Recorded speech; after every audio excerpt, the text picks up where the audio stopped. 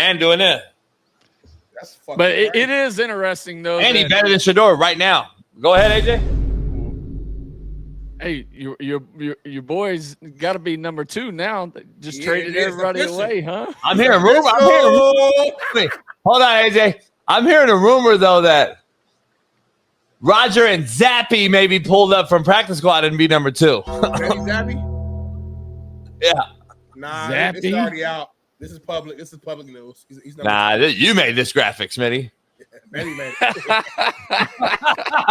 That motherfucker ain't number 2. We don't know what he is. Hey, what is going on with that trade though? I gotta ask you. You're a Bengal. We were getting to it, and I was gonna ask you. I was gonna call Zach and say, "Hey, Zach, what's going on? Is this some JUCO shit you're doing, or what's going on here?" I was gonna ask you. I'm like, "Hey, we got AJ on, AJ, and let's see." But we're clipping and sending it to I'm gonna make some calls later today, now. and I'm gonna see what the issue was. I ain't gonna say who I talked to last week, but they had told me his last name released. He gives it away. What's his middle name?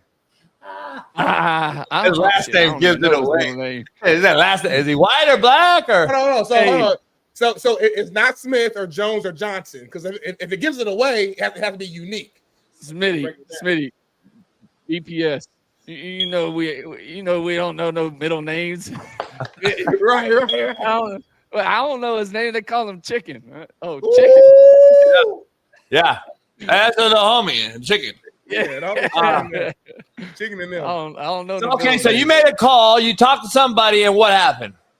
Yeah, we talked about just some struggles I saw in the Denver game and what they were feeling, and there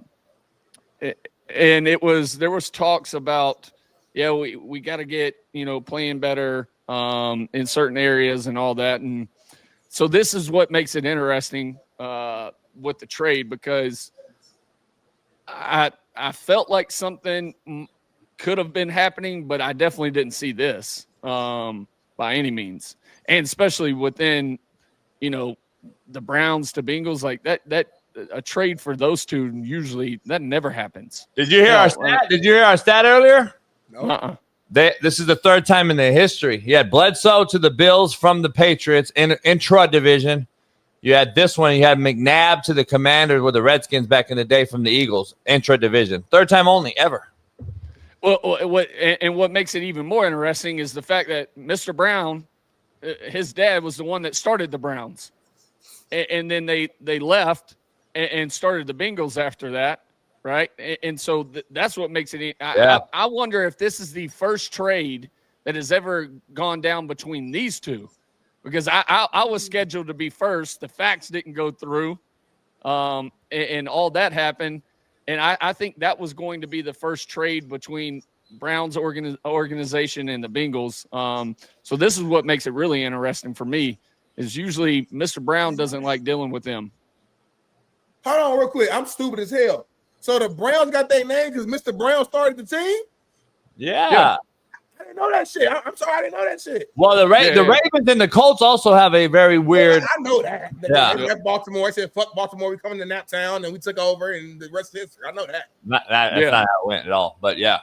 Overnight, homie. But yeah, I want to say the history behind it is the city of Cleveland ran the Browns family out of town, and then they left and went and started the Cincinnati Bengals, and then but yeah, it's a lot of history behind those two. That's also part of the rivalry.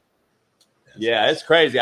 Does Flacco make them a competitive? Does it get them back in the contention? They started off 2-0. They're in the hunt because of the division is so bad with the Ravens and the Browns being so bad. The Steelers seem to be right now 1A, and then and we'll see what happens if the Ravens can fix the ship or not. But does this give them with two great wideouts? Does it give them a shot with Flacco just dealing it? Is Browning?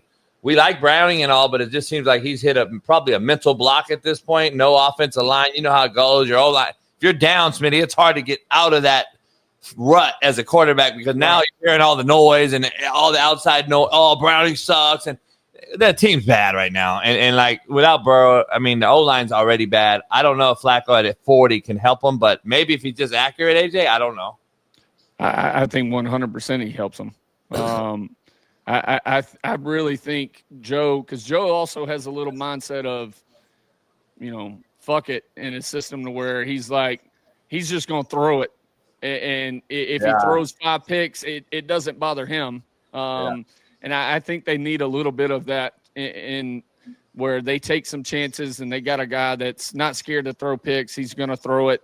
And that is Joe. And I think it's going to open up their offense from a explosive standpoint, having some play action, deep concepts down the field that they've been lacking. I mean, Jake's a good quarterback, but Jake doesn't have the arm strength to just launch it downfield. So I do think this trade does help them in the end, though. But they still got to fix their defense. Yeah. I don't know how they're going to fix that this late in the year. The Ravens either, though. Talking about the Ravens real quick on the other side of this stuff. I think Cooper Rush may go again, according to Dr. Jesse Morris. They think he may want to get Lamar healthy for the long run and see if they can right the ship. But defensively, I don't see how. Number one, injury-wise, they don't have anybody. Hamilton, nobody. Their D lineman. I think the Ravens traded somebody yesterday to try to get some depth somewhere. They're struggling. Are the Ravens cooked? Are them and the Chiefs on the verge of missing the playoffs? Both? Could be. I think it's easier for the Chiefs to make it than it is the Ravens. But just because of at least the Chiefs have been in games, it seems like the Ravens. Yeah. Blowout. Yeah. Are just ugly, and it hasn't been going well for them either way. So, listen, this is the worst Baltimore defense I've seen in a while. I mean, we've never seen a defense like this out of Baltimore. Nah, I told Weddle that a couple weeks back because he's a legend there, and he was optimistically speaking, and I said, Weddle, this defense is bad. I don't know if they can fix it.